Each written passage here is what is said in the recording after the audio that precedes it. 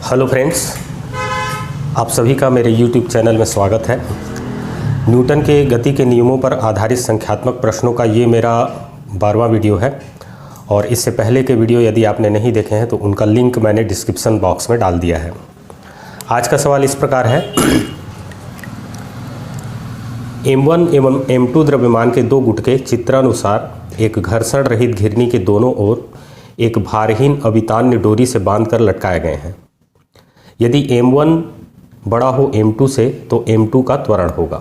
यहाँ 4 ऑप्शन दिए गए हैं। पहला ऑप्शन है M1g divided by M1 plus M2, second option है M2g divided by M1 plus M2, third है M1 minus M2g divided by M1 plus M2 और चौथा ऑप्शन है 2M1 M2g divided by M1 plus M2।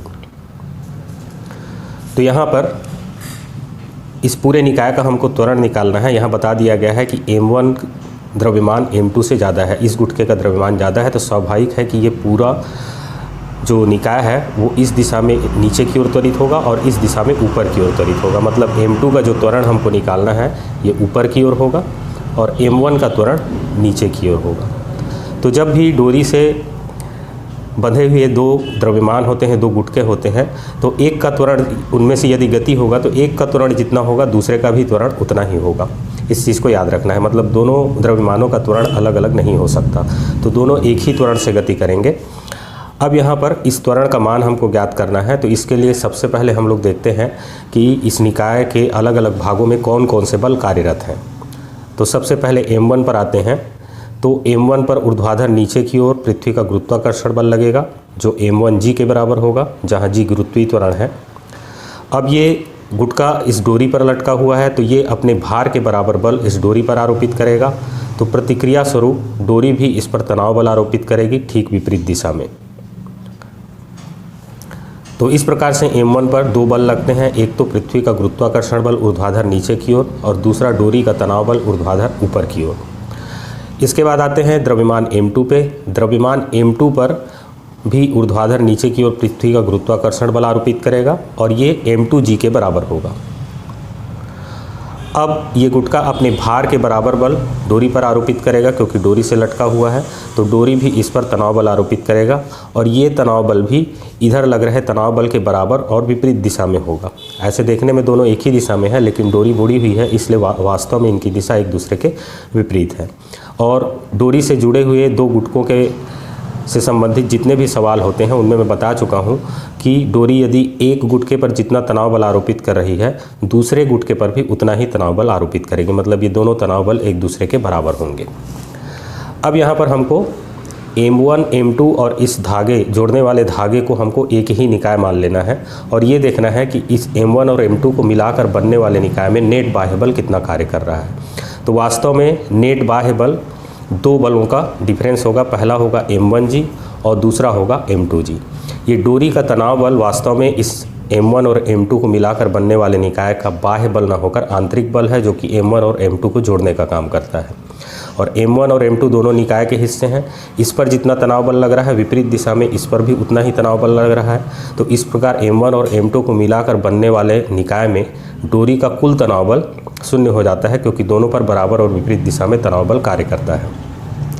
तो इस प्रकार अब यहाँ पर हम लोग देखते हैं कि M1 का मान M2 से अधिक है, तो इधर की ओर लगने वाला गुरुत्वाकर्षण बल इधर की ओर लगने वाले M2 पर गुरुत्वाकर्षण बल से अधिक होगा और नेट बल M1g और M2g के अंतर के बराबर होगा, क्योंकि दोनों डोरी के विपरीत दिशाओं में लग रहे हैं। एक डोरी को इस तरफ खींचना चाहता है, दूसरा डोरी को M1g इस तरफ खींचना चाहता है। अब M1g अधिक है तो इसके प्रभाव में M2g से अधिक होने के कारण डोरी इस तरफ नीचे की ओर त्वरित होगी और इस तरफ ऊपर की ओर त्वरित होगी। तो इस निकाय पर नेट बल हो जाएगा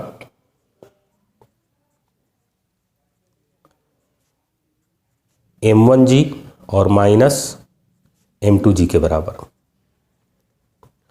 और निकाय का कुल द्रव्यमान हो जाएगा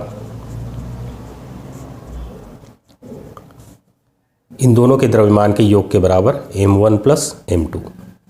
अब यहाँ पर हम लोग न्यूटन के गति का द्वितीय नियम लगाते हैं, F = ma।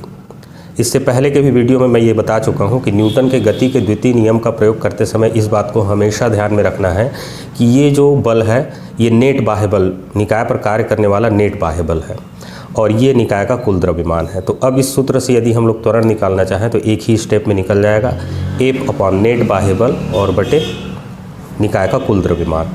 नेट बाह्य बल m1g माइनस m2g के बराबर है और द्रव्यमान m1 प्लस m2 के बराबर है। तो A इज इक्वल टू हो जाएगा m1g minus m2g divided by m1 plus m2। इसमें से हम g को कॉमन निकाल सकते हैं, तो A इज इक्वल टू हो जाएगा m1 minus m2 divided by m1 plus m2 multiplied by g। तो ये m2 का ऊपर की ओर जो त्वरण होगा इतने के बराबर होगा और m1 का नीचे की ओर भी त्वरण यदि पूछा जाता तो ये भी इतने के ही बराबर होता। इस सवाल को एक दूसरे तरीके से भी पूछा जा सकता है। त्वरण के बजाय आपसे ये पूछा जा सकता है कि डोरी में तनाव बल कितना है। तो डोरी में तनाव बल निकालने के लिए हम लोग किसी भी एक द्रव्यमान की गति पर विचार करते हैं। मान लीजिए हम m1 की गति पर विचार करते हैं, तो m1 नीचे की ओर त्वरित हो रहा है और इस पर लगने वाला नेट बल जो होगा वो m1g और t के अंतर के बराबर होगा। तो नेट बल यहाँ पर हो गया, m1 पर लगने वाला नेट बल हो गया m1g और माइनस t, और नेट बल बराबर होता है द्रव्यमान गुणित त्वरण। तो यहाँ पर इस निकाय का द्रव्यमान है m1 और इसका त्वरण है a, तो ये हो जाएगा m1a। तो यहाँ से हम t को निकाल सकते हैं, m1g माइनस इसको इधर ले जाएंगे तो ये हो जाएगा m1a is equal to t, या t इज इक्वल टू हो जाएगा m1g और यहाँ पर a का वैल्यू रख सकते हैं m1 minus m2 divided by m1 plus m2 multiplied by g, या इसको हम लिख सकते हैं t इज इक्वल टू, ये m1 बाहर निकाल लेते हैं तो ये अंदर हो जाएगा g minus m1 minus m2 divided by m1 plus m2, और यहाँ भी g है। अब g को भी बाहर निकाल सकते हैं तो ये हो जाएगा t is equal to m1g और ये यहाँ पर आ जाएगा 1 और LCM आ जाएगा m1 प्लस m2 और 1 से मल्टीप्लाई करेंगे तो ये हो जाएगा m1 plus m2 minus m1 और यहाँ पर प्लस हो जाएगा m2। तो ये m1 से ये m1 कैंसिल हो जाएगा और यहाँ पर हमको मिलेगा 2m2। तो t का वैल्यू यहाँ पर से हमको मिल जाता है 2m1, ये इन दोनों का एडिशन करेंगे तो 2 आएगा, 2 को हम पहले लिख देते हैं और ये m1 और उसके बाद m2g divided by m1 plus m2।